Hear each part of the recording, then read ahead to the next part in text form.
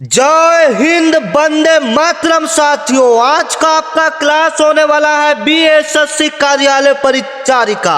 मैं कहूंगा साथियों, अगर आप बीएसएससी कार्यालय परिचारी में एक सीट पक्की करना चाहते हो, सिलेक्शन लेना चाहते हो, तो आज का यह क्लास आपके लिए वरदान साबित होगा।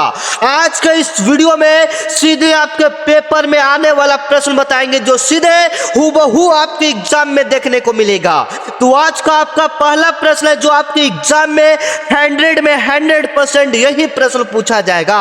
भारत में 500 रुपया और 1000 का नोटबंदी का घोषणा नरेंद्र मोदी ने कब किया था? यह जो सवाल है साथियों, वास्तव में आपके एग्जाम में पूछा जाने वाला सवाल है कि 500 रुपया और 1000 का नोट नरेंद्र मोदी ने कब बंद किया था। तो आप याद रखिएगा साथियों, 2016 में बंद किया था। कब किया था? 2016 में 500 और 1000 के नोटों को बंद कर दिया गया था। अगर पूरी डेट की बात करेंगे, 8 नवंबर 2016 ईस्वी को 500 रुपया और 1000 नोटों को क्या कर दिया गया था? बंद कर दिया गया था। याद रखिएगा साथियों, सीधे आपके बीएससी कार्यालय परिचारी के एग्जाम में आने वाला सवाल है। यही वाला सवाल डबल बार रिपीट यहां पर करेंगे। ऐसे तो ये पूछेगा 500 रुपया और 1000 का नोट कब बंद किया गया था, तो 8 नवंबर 2016 ईस्वी को। अगर आपके एग्जाम में पूछा जाए पहली बार नोटबंदी कब हुआ था, सबसे पहले भारत में नोटबंदी कब हुआ था, तो 12 जनवरी 1946 ईस्वी को भारत में सबसे पहले नोटबंदी किया गया था। याद रखिएगा, सीधे आपके एग्जाम में आने वाला सवाल है साथियों। अगला नंबर सवाल है, जो मैं आपको कई बार बता चुका हूं, ये आपके एग्जाम में आने वाला प्रश्न है एवं सिलेक्टेड प्रश्न है, जो कि सीधे इस बार के एग्जाम में आएगा। मैं कहूंगा साथियों कि आधा से ज्यादा प्रश्न यहां से हूबहू यही प्रश्न देखने को मिलेगा। भारत में पहली बार पूर्ण जनगणना कब हुआ था? जो सवाल है साथियों, एकदम बीएससी कार्यालय परिचारी के एग्जाम में आने वाला सवाल है। बताइएगा, भारत में पहली पूर्ण जनगणना कब हुआ था साथियों? बिल्कुल राइट आंसर आपका आएगा सर 1881 ईस्वी में। 1881 ईस्वी में आपका में भारत में पूर्ण जनगणना हुआ था। अगर पूछेगा कि भारत में पहली बार जनगणना कब हुआ था साथियों, 1872 ईस्वी में भारत में पहली बार जनगणना हुआ था। आप याद रखिएगा, भारत में पहली बार जनगणना कब हुआ था? 1872 ईस्वी में हुआ था। पूर्ण रूप से जनगणना पूछेगा साथियों, 1881 ईस्वी में हुआ था। और यह भी पूछता कि जो जनगणना हुआ था पहली बार, वह किसके शासनकाल में हुआ था? तो लॉर्ड मेयो के शासनकाल में हुआ था। किसके शासनकाल में हुआ था साथियों? लॉर्ड मेयो के शासनकाल में हुआ था। और जनगणना जो होता है साथियों, वो 10 सालों पर होता है। आशा करते हैं यहां से 2 प्रश्न आपका क्लियर हो गया होगा। यहां से 2 प्रश्न आपके एग्जाम में देखने को मिलता है। जनगणना से आपके एग्जाम में हर साल प्रश्न पूछे जाते हैं साथियों। पहली जनगणना जो हुआ था 1872 ईस्वी में, पूर्ण जनगणना 1881 ईस्वी में। जनगणना 10 साल पर होता है। किसके शासनकाल में हुआ था? लॉर्ड मेयो के शासनकाल में हुआ था। और यह भी पूछता है साथियों, अंतिम जनगणना कब हुआ था? तो 2011 ईस्वी में भारत का अंतिम जनगणना हुआ था। इसके बाद अभी तक जनगणना नहीं हुआ है। 2011 के बाद अभी तक जनगणना आपका भारत में नहीं हुआ है। चलिए 3 नंबर सवाल है साथियों, जो सीधे आपके एग्जाम में आने वाला सवाल है। गौतम बुद्ध वन्य जीव अभयारण्य बिहार के किस जिला में स्थित है साथियों? एकदम सीधे आपके एग्जाम में आने वाला सवाल है। और बिहार से ही संबंधित आपके बिहार कार्यालय परिचारी के एग्जाम में सवाल पूछे जाते हैं। और आज का टारगेट हमारा रहने वाला है, अगर आपको नहीं पता है साथियों, तो पहले मैं आपको क्लियर कर दूं, आपके एग्जाम में टोटल 100 क्वेश्चन पूछे जाते हैं, जिसमें से जीके हमारा 40 क्वेश्चन। अगर आप जीके पर अच्छा पकड़ बना लेते हो, आपका रिजल्ट होने का संभावना रहता है साथियों। तो आज जीके के 40 प्रश्न को पहले कवर करेंगे, उसके बाद हिंदी, उसके बाद मैथ को भी कवर करेंगे। तो आज का हमारा टारगेट लेकर चलेंगे 40 में से कम 30 प्रश्नों को सही करने का। अगर आप 30 प्रश्नों को सही कर देते, 40 में 30 प्रश्न सही कर देते हैं, तो यकीनन मानो कि आपका बीएससी कार्यालय परिचारी में सिलेक्शन पक्का है साथियों। बताइएगा, तो हम लास्ट में आपसे पूछेंगे आपने कितना प्रश्न को सही किया। गौतम बुद्ध वन्य जीव अभयारण्य बिहार के किस जिला में स्थित है साथियों? बिल्कुल राइट आंसर आ रहा है सर, गया, यानी बोध गया में स्थित आपका है गौतम बुद्ध वन्य जीव अभयारण्य। और गौतम बुद्ध जो है, उनके लिए बोध गया बहुत ही प्रसिद्ध है। बुद्ध भगवान के लिए जो बोध गया वो क्या है साथियों? काफी प्रसिद्ध है। बुद्ध भगवान से भी आपके एग्जाम में काफी सारा प्रश्न पूछा जाता है साथियों। बुद्ध भगवान से भी आपके एग्जाम में काफी सारा प्रश्न पूछा जा चुका है साथियों। जैसे में गौतम बुद्ध का जन्म कहाँ में हुआ था? लुम्बिनी नेपाल में हुआ था। गौतम बुद्ध को ज्ञान की प्राप्ति कहाँ में हुआ था? तो याद रखिएगा, गौतम बुद्ध को जो ज्ञान की प्राप्ति हुआ था वह आपका बोध गया में ही हुआ था। कहाँ में हुआ था साथियों? बोध गया में हुआ था। और इन्होंने अपना पहला उपदेश कहाँ दिया था? तो सारनाथ में इन्होंने अपना पहला उपदेश दिया था। याद रखिएगा साथियों, वास्तव में आपकी एग्जाम में आने वाला सवाल है। चलिए अगला नंबर सवाल काफी इंपॉर्टेंट है। जीवाणु का खोज किसने किया था? एकदम टॉप लेवल का सवाल है साथियों। बताइएगा जीवाणु का खोज किसने किया था? एकदम इंपॉर्टेंट है। जीवाणु का खोज किसने किया था? बिल्कुल राइट आंसर आ जाएगा, लिवेन हॉक ने जीवाणु का खोज किया था। लिवेन हॉक ने किसका खोज किया था साथियों? जीवाणु का खोज किया था। याद रखिएगा, अगर पूरा नाम की बात करें, एंटोनी वैन लिवेन हॉक ने जीवाणु का खोज किया था। बैक्टीरिया का खोज किसने किया था? लिवेन हॉक ने किया था। और ये सीधे आपके बीएससी कार्यालय परिचारी के एग्जाम में पूछा जाने वाला सवाल है। और जो आपकी हार का इंतजार कर रहे साथियों, उनको बता दीजिए कि वक्त का इंतजार करो लाला, वक्त का इंतजार करो लाला, हम बताएंगे तुम्हें सरकारी नौकरी कैसे ली जाती है। चलिए 5 नंबर सवाल है साथियों। बताइएगा भारत में शून्याधारित बजट, भारत में शून्याधारित बजट का शुरुआत कब हुआ था? बताइएगा कि भारत में शून्याधारित बजट का शुरुआत कब हुआ था साथियों। एकदम इंपॉर्टेंट सवाल, ऐसा ही टॉप लेवल का सवाल आपके बीएससी कार्यालय परिचारी के एग्जाम में पूछा जाता है। बिल्कुल राइट आंसर आपका आना चाहिए साथियों। बिल्कुल राइट आंसर आ रहा है सर, 1987 में शून्याधारित बजट का शुरुआत हुआ था। बिल्कुल राइट आंसर है, ऐसा ही जवाब है आप सभी का कमेंट में आना चाहिए साथियों। चलिए 6 नंबर आपका सवाल है जो सीधे आपके एग्जाम में आने वाला सवाल है। रेड क्रॉस का मुख्यालय कहां स्थित है साथियों? बताइएगा रेड क्रॉस का मुख्यालय कहां स्थित है? रेड क्रॉस का मुख्यालय आपका जिनेवा में है। और रेड क्रॉस क्या है साथियों? रेड क्रॉस एक संस्था है जो लड़ाई कहीं पर हो जाता है तो उसको मदद पहुंचाता है, वही एक संस्था। इसका मुख्यालय कहां है साथियों? जिनेवा में है। रेड क्रॉस का मुख्यालय कहां स्थित है साथियों? जिनेवा में है, जो कि इस बार के आपकी एग्जाम में पूछे जाने के संभावना ये प्रश्न साथियों। तो मैं कहूंगा ऐसे प्रश्नों को आप रट जाइएगा जो सीधे आपके एग्जाम में पूछा जाने वाला सवाल है साथियों। चलिए अगला नंबर सवाल है। अगला नंबर सवाल आपका बॉक्साइड किस धातु का अयस्क है? आपका जवाब आना चाहिए कमेंट में। बिल्कुल इजी लेवल का सवाल है साथियों। बॉक्साइड किस धातु का अयस्क है? तो आप कहिएगा सर बॉक्साइड आपका एल्युमिनियम का हो जाएगा। बिल्कुल सही है, बॉक्साइड किसका अयस्क है? एल्युमिनियम का है। और एल्युमिनियम का संकेत क्या होता है? Al होता है। और उसी प्रकार से लोहा का क्या होगा सर? लोहा जैसे में आयरन ऑक्साइड, लोहा जैसे में 4 प्रकार के होता है। जैसे में यहाँ पर एक नाम अभी तो इधर उधर हो रहा है, नहीं तो आपको हम बता देते हैं, ठीक है ना।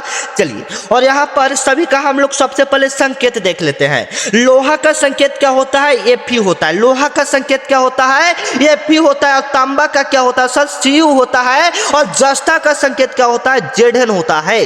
जस्ता का संकेत क्या होता है साथियों? Zn होता है। और हम वो तूफान है, हम वो तूफान है जो आपका बदला लेकर रहेंगे साथियों। हम हारने वालों में से नहीं है, अपना बदला लेकर हम रहेंगे। चलिए अगला नंबर सवाल है साथियों। बताइएगा किस गवर्नर जनरल ने नर बलि प्रथा पर रोक लगाई थी? मतलब आपको बताना है कि किस गवर्नर जनरल ने नर बलि प्रथा पर रोक लगाई थी। एकदम इंपॉर्टेंट सवाल है साथियों, आपको पता होना चाहिए।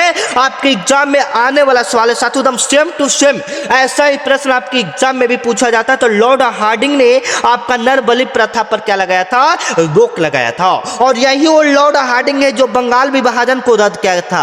आपको पता होगा बंगाल विभाजन 1905 ईस्वी में किया गया था। किसके द्वारा किया गया था? लॉर्ड कर्जन के द्वारा बंगाल विभाजन 1905 ईस्वी में किया गया था। लेकिन आपको पता होना चाहिए बंगाल विभाजन को रद्द लॉर्ड हार्डिंग ने 1911 ईस्वी को किया था।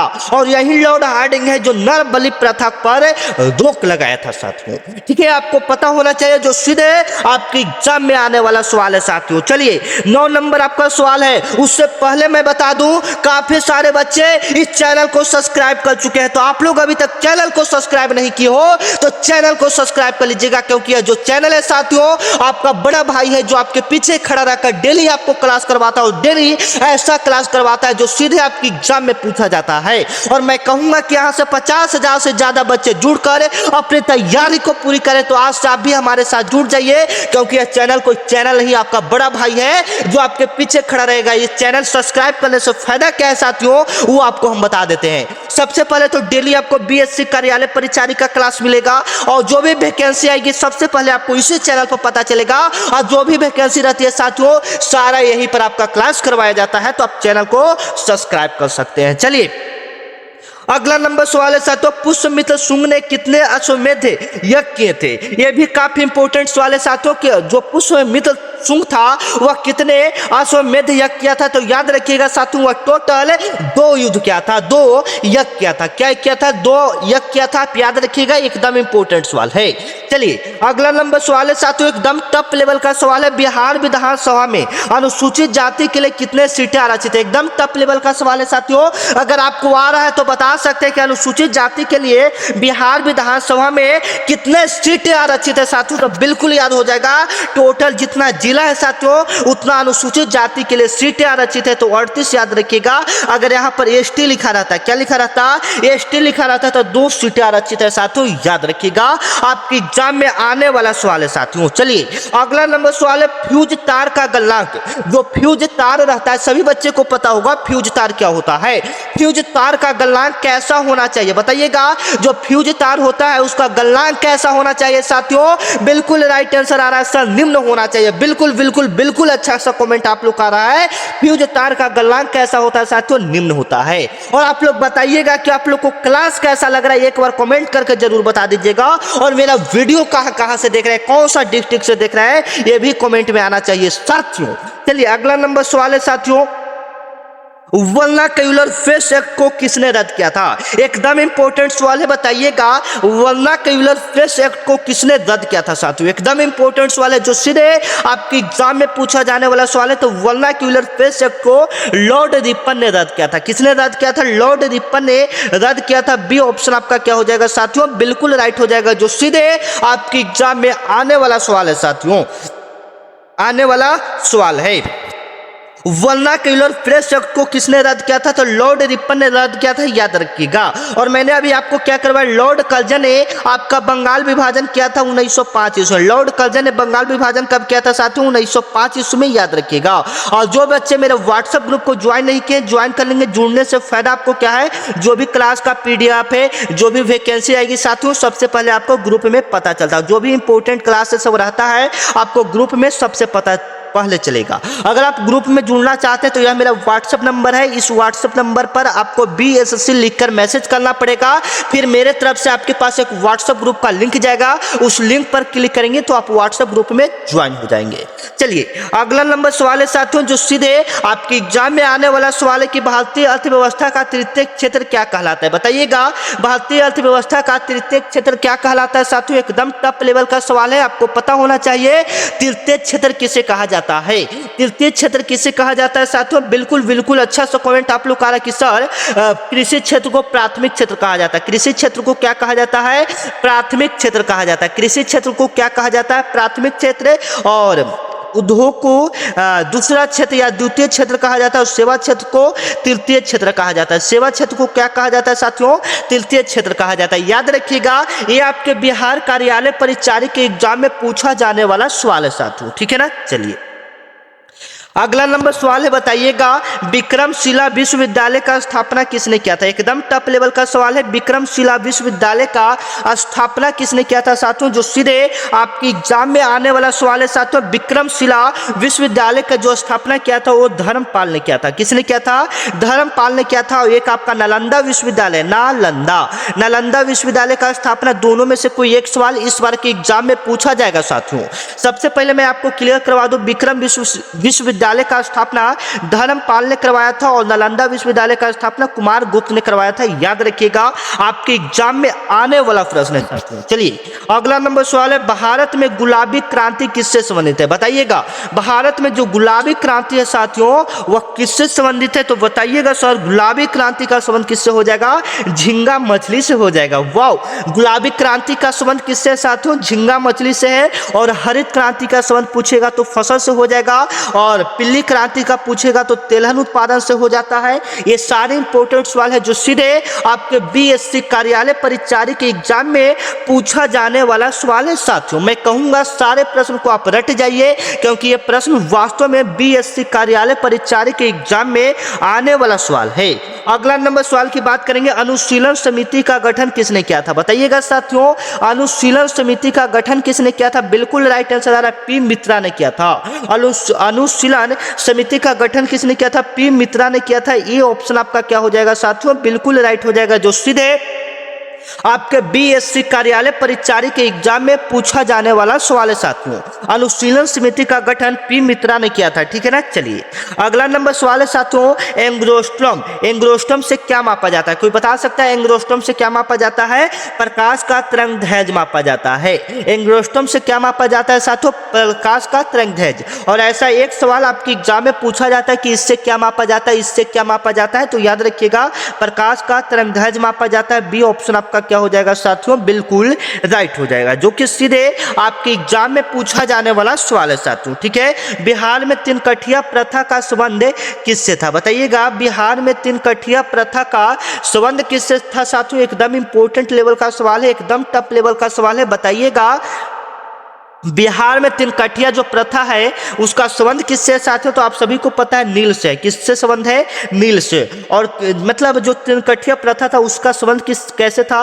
तो मतलब 20 कट्ठा खेत है तो उसमें से 3 कट्ठा नील की खेती करना क्या था साथियों? अनिवार्य था। और ये जो प्रश्न है काफी बार रिपीटेड हो चुका है, तो आपको पता होना चाहिए, आपका जवाब कमेंट में आना चाहिए। और इसी के लिए आपका चंपारण सत्याग्रह भी किया गया था, तो आप कमेंट में बताइएगा चंपारण सत्याग्रह कब हुआ था। फटाफट आप लोग कमेंट में बताइएगा चंपारण सत्याग्रह कब हुआ था। चलिए अगला नंबर सवाल आप लोग बताइएगा, ओजोन परत वायुमंडल के किस परत में पाई जाती है? बताइएगा, ओजोन परत वायुमंडल के किस परत में पाई जाती है साथियों? एकदम टफ लेवल का सवाल है। समताप मंडल में पाया जाता है। ओजोन परत किस मंडल में पाया जाता है? समताप मंडल में पाया जाता है। बी ऑप्शन आपका क्या हो जाएगा साथियों?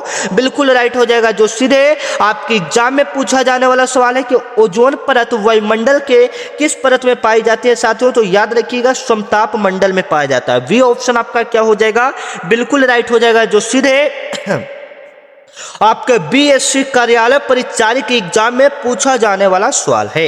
अगला नंबर सवाल है, हर्यक वंश का अंतिम शासक कौन था? हर्यक वंश का अंतिम शासक कौन था साथियों? बताइएगा, जो सीधे आपके एग्जाम में पूछा जाने वाला सवाल है साथियों। हर्यक वंश का अंतिम शासक कौन था? तो नागदशक था। याद रखिएगा कौन थे साथियों? नागदशक था। बी ऑप्शन आपका क्या हो जाएगा?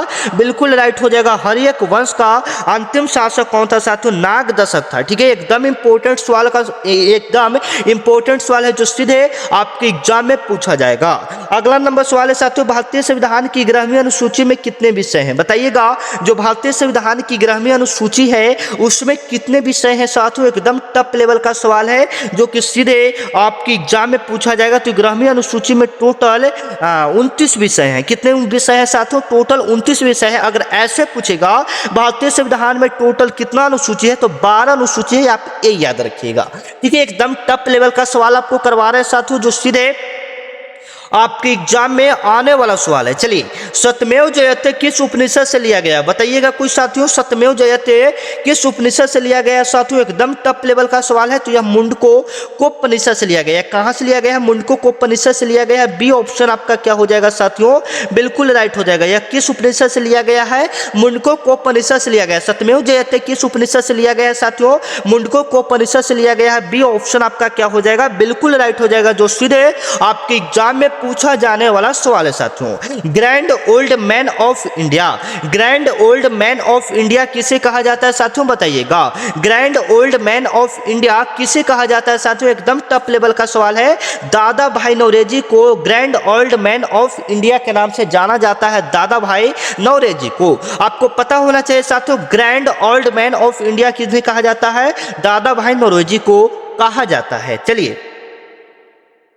अगला नंबर सवाल है साथियों, बिहार का क्षेत्रफल भारत के कुल क्षेत्रफल का कितना प्रतिशत है? जवाब दीजिएगा, बिहार का क्षेत्रफल भारत के कुल क्षेत्रफल का कितना प्रतिशत है? तो मैं आपको पहले क्लियर कर दूं, भारत का जो टोटल क्षेत्रफल है वह 32.5 32.8 लाख वर्ग किलोमीटर भारत का टोटल क्षेत्रफल है साथियों, आपको भी पता होना चाहिए, ठीक है। और बिहार का बात करेगा तो 94,163 वर्ग किलोमीटर है। और ये वाला सवाल आपकी एग्जाम में पूछा जा चुका है कि बिहार का क्षेत्रफल कितना है, 94,163 वर्ग किलोमीटर है। और यह भारत का कुल क्षेत्रफल है 32.8 लाख वर्ग किलोमीटर। लेकिन यहाँ पर बात दूसरा कह रहा है कि मतलब जो भारत का कुल क्षेत्रफल है उसमें बिहार का क्षेत्रफल कितना है साथियों, बताइएगा। एकदम टफ लेवल का सवाल है साथियों, जो सीधे आपकी एग्जाम में पूछा जा सकता है।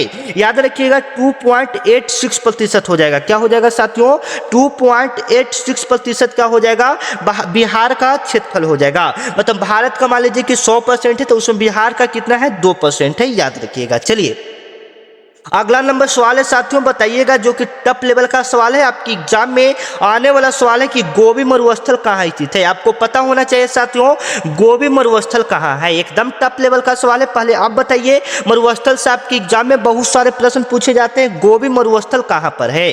गोबी मरुस्थल आपका चीन और मंगोलिया के सीमा पर है। चीन और मंगोलिया के कहाँ पर है साथियों, सीमा पर है, याद रखिएगा, एकदम टफ लेवल का सवाल है।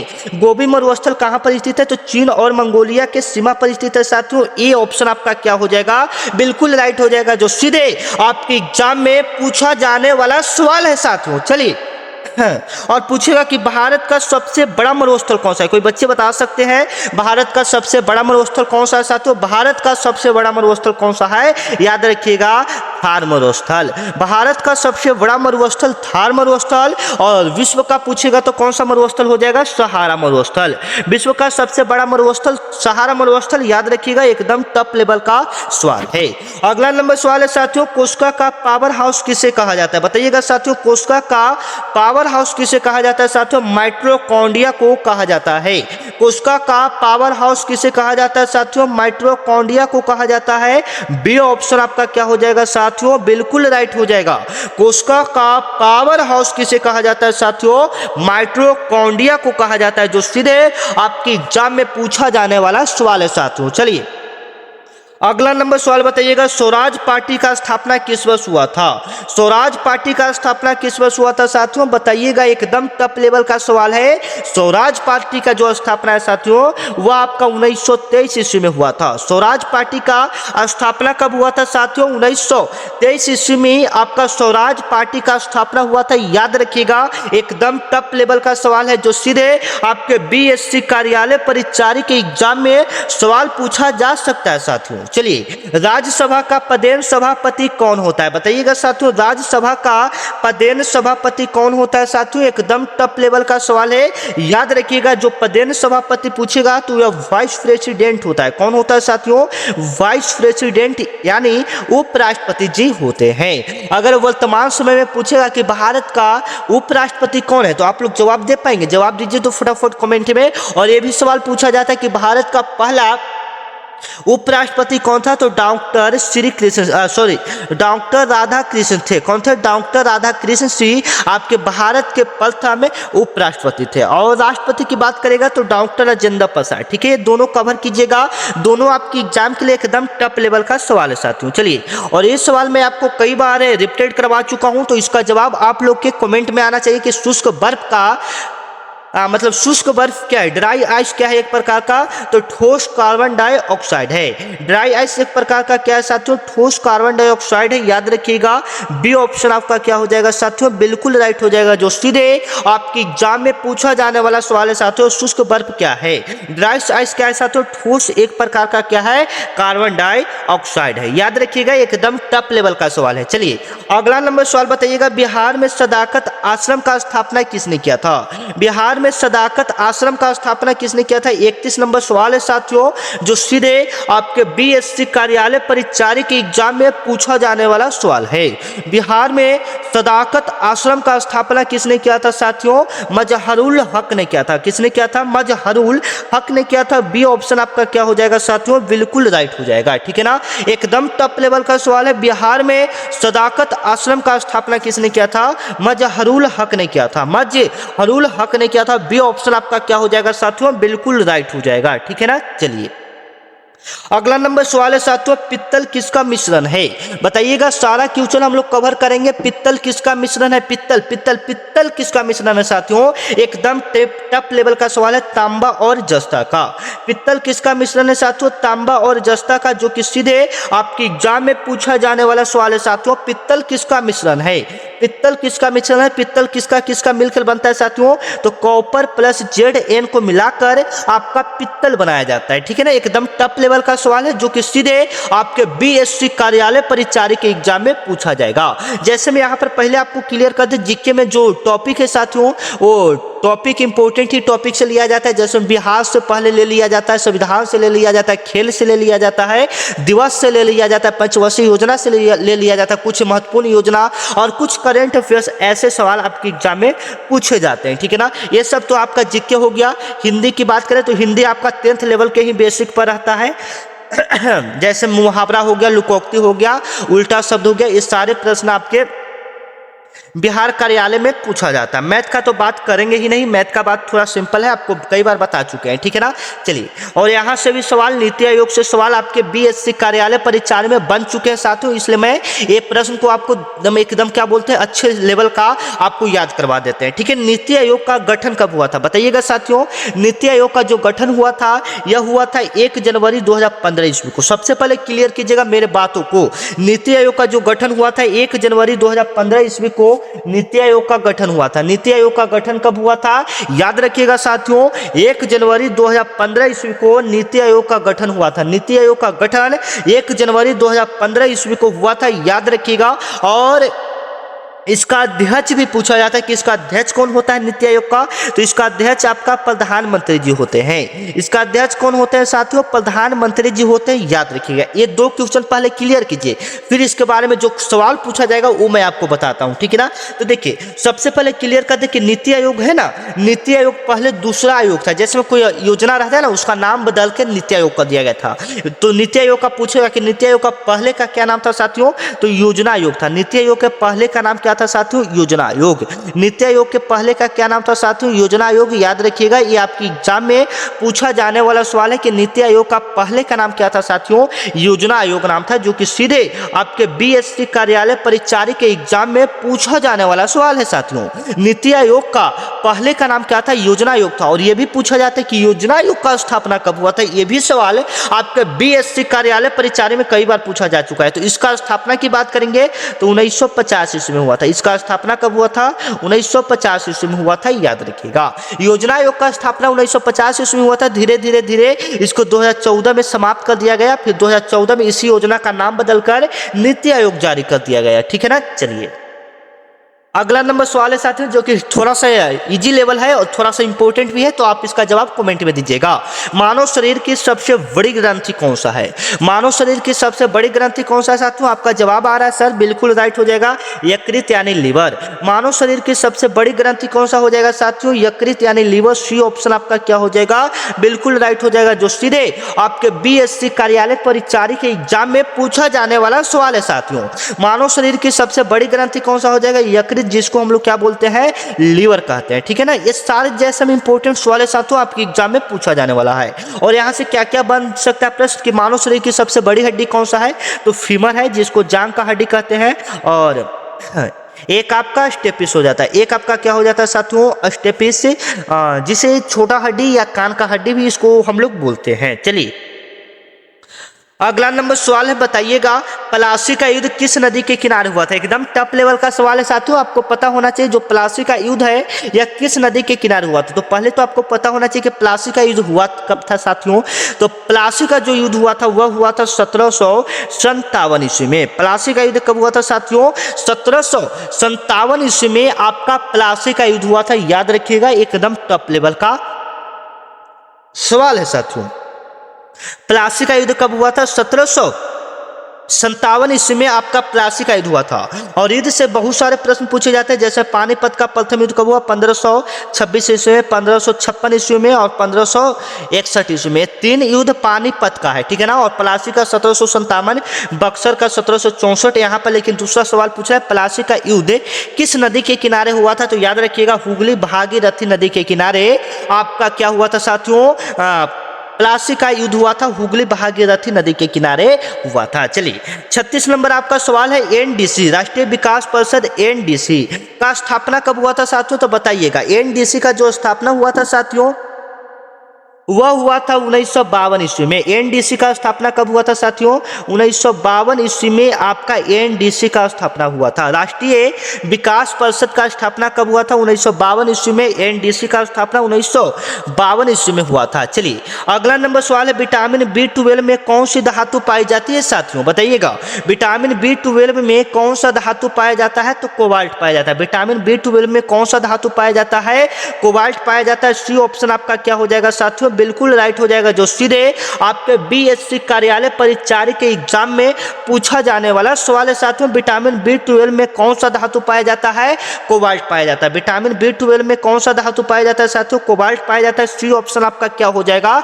बिल्कुल राइट हो जाएगा, जो सीधे आपके एग्जाम में पूछा जाने वाला सवाल है।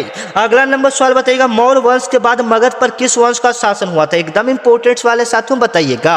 मौर्य वंश के बाद किस वंश का शासन हुआ था, बताइएगा। मौर्य वंश के बाद किस वंश का शासक हुआ था, तो शुग वंश का हुआ था। किस वंश का हुआ था, शुग वंश का हुआ था। ये ऑप्शन आपका क्या हो जाएगा साथियों, बिल्कुल राइट हो जाएगा, जो सीधे आपके एग्जाम में पूछा जाने वाला सवाल है। ओडोमीटर से क्या मापा जाता है साथियों, बताइएगा। ओडोमीटर से आपका क्या मापा जाता है, पहियों द्वारा तय की गई दूरी। ओडोमीटर से क्या मापा जाता है, पहियों द्वारा तय की गई दूरी। ये ऑप्शन आपका क्या हो जाएगा, बिल्कुल राइट हो जाएगा। ओडोमीटर द्वारा क्या मापा जाता है साथियों, पहियों द्वारा तय की गई दूरी। जैसे मैं आपको शुरुआत में ही बताया था कि मापा गया कुछ प्रश्न आपके एग्जाम में पूछा जाता है। जैसे में ओडोमीटर द्वारा क्या मापा जाता है, पहियों द्वारा तय की गई दूरी। चलिए अगला नंबर सवाल है, भारतीय संविधान में मौलिक कर्तव्य किस देश से लिए गए हैं, ठीक है ना। भारतीय संविधान में मौलिक कर्तव्य है साथियों, वह किस देश से लिया गया है साथियों, तो रूस से लिया गया है। हमको हिसाब से ये रूस से लिया गया है, बिल्कुल राइट आंसर है, हाँ रूसी से लिया गया है, ठीक है ना। तो देखिए यहाँ पर आपका तो वीडियो ऐसे काफी लंबा हो जाएगा, नहीं तो अभी आपका मैथ हिंदी से हम ये सब करवा देते, ठीक है ना। लेकिन आप लोग स्कोर बताइएगा 40 में से कितना आपका सही हुआ, ठीक है ना।